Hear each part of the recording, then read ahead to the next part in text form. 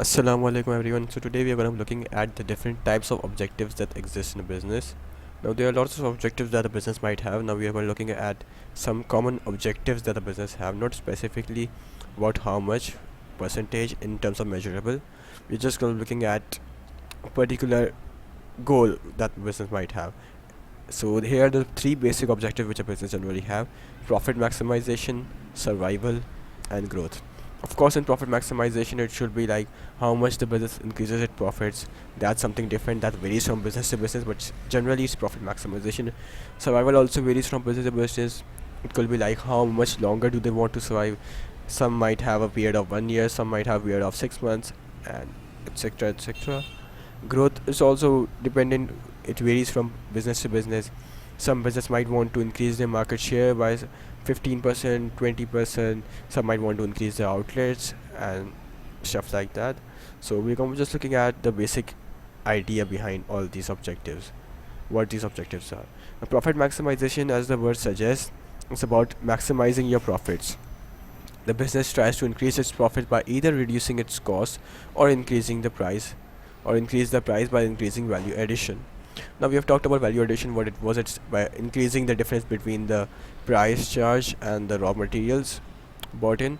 So if you increase the price, you are increasing value addition, and it can be done by training your employees and stuff like that. By training your employees, by making the product more attractive, by using better packaging.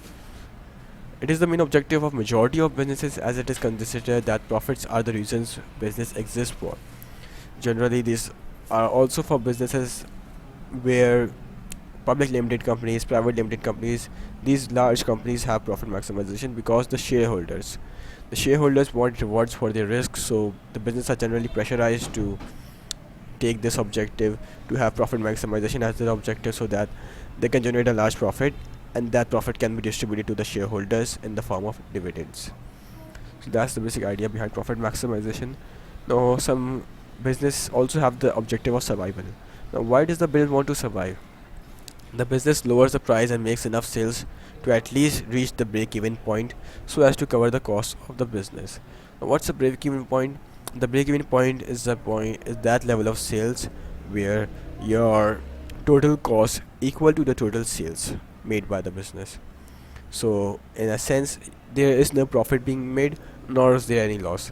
Profit and loss is zero at this particular point. So all businesses, the generally small or startup business, not large businesses, but small or large business, have this objective at the first. This is the first objective of most businesses. They try to increase their sales as much as possible, so as to at least reach this point where they can cover up their costs, and after some time they shift to profit maximization or growth depending on the businesses. Not only small businesses but also large businesses have this objective. Now some might wonder why large business subject have this objective. It is because of the economy. If economy goes in recession, because business environment is dynamic. We have discussed it earlier that business environment is dynamic, business dynamism is there, government policies change, economy changes, people's taste changes, the demand changes. So because of that, the objective could also change. So even if the large business might have an objective of profit maximization, in situations like this COVID situation, they have shifted to survival. They have reduced their prices, increased their promotion, so that they can reach this break-even point. Now growth. Some businesses want to increase their scale of operations to benefit from economies of scale, or increase the credibility of the business by achieving a greater market share. It is achieved by increasing sales by lowering prices or carrying out effective promotion campaigns. Now, business want to increase the scale of operation. Why? They want to achieve economies of scale. Economies of scale are generally the benefits that a business has when its scale of operations increase. That's a basic definition. For example, when you are a large business, you buy more, and when you buy in bulk, you can avail discounts from the supplier. Which, because of that, your unit cost reduce and the overall profit of the business increases. That's the basic example of economies of scale. There are also financial economies, managerial economies, and marketing economies. We're going to be discussing about economies of scale in detail in the operations chapter. Stay tuned for that. So generally, these are the benefits that we have You can also give an example marketing. If your business is more growth, is a larger business, it has a it has a bigger name. And suppliers also, you don't do your own marketing, suppliers also do the marketing for you. They also give a good word of mouth, and customers also give a good word of mouth. All this helps in the marketing of the business. That's the marketing economies of scale. It is also used for the credibility, increase the credibility of the business by achieving greater market share. If you have a greater credibility, you can have more better loans, you can have better loans, you can have overdraft facilities, you can have better suppliers as well, and you can even have better investors. So that's the benefits that they have of increasing market share. Even if you have increased your market share, that you become a market leader. Market leader is the one that has the greatest market share. Then then you can set up prices. You are the most well-known business in the whole industry that you're operating in. So you have a larger customer base. Customers are willing to buy your product. Lots of suppliers are willing to deal with you, and that benefits a lot. It is achieved by increasing sales by lowering prices. As I said, you can lower your prices. So even though your net profit might reduce, your per unit profit might reduce, but you're increasing your sales. The quantity demanded will increase. If generally, because if your price is reduced, more customers are willing to buy that product, and hence the sales will increase. And if sales increase by a larger amount, then your profit can also increase. You can even carry out effective marketing promotion campaigns. You can you, you sponsor some events and stuff like that. Now that we've talked about these three objectives, now let's talk about one major objective that some business generally in times like this have. This is CSR, or the firm corporate social responsibility.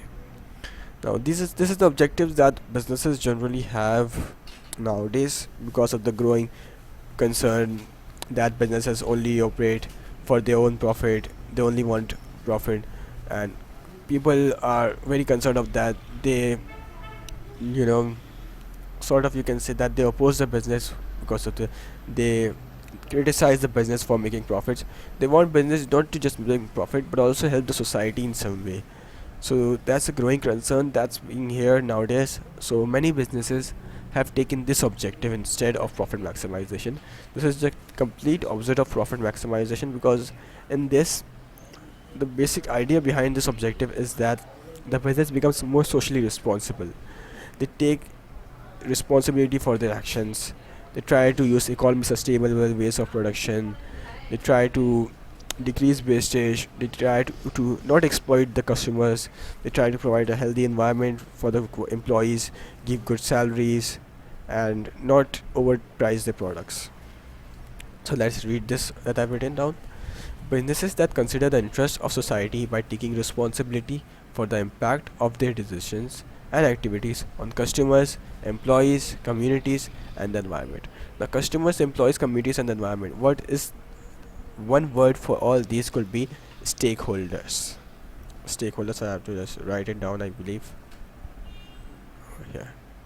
Stakeholders. Stakeholders, we're going to be discussing more about that in the next chapter. The next chapter is all about stakeholders. So generally these are the people who are directly or indirectly affected by the actions of the business. So one word, if you have to define these: customers, employees, government, community, environment. Stakeholder is the one name that you can use for this: customers, employees, community, and environment. Right.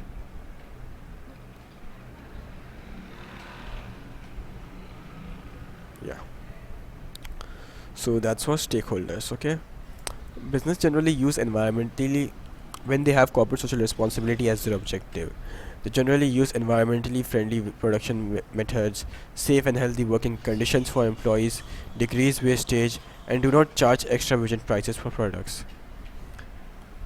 These are just some examples of work that I've given. It's not just all, you can have more work like that.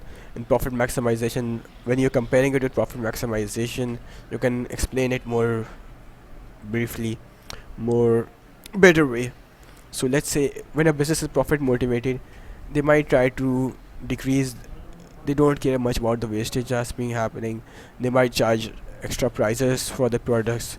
The production methods might not be so environmentally friendly because they will generally try to go for reduced costs, and the conditions for the employees might not also be too good because their main aim is for the short term profit, so they don't care much about that. And they might even, in some countries, if some countries, like, they might even go for unethical ways of production methods. They might use child labor and stuff like that.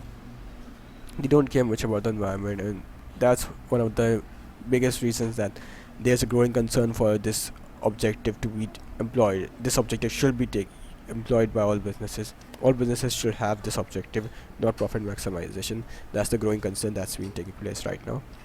So, in opposite to that, a business with a CSR policy, they try to oppose all that the profit maximization business. They try to work in an environmentally friendly production methods, even though this adds up cost.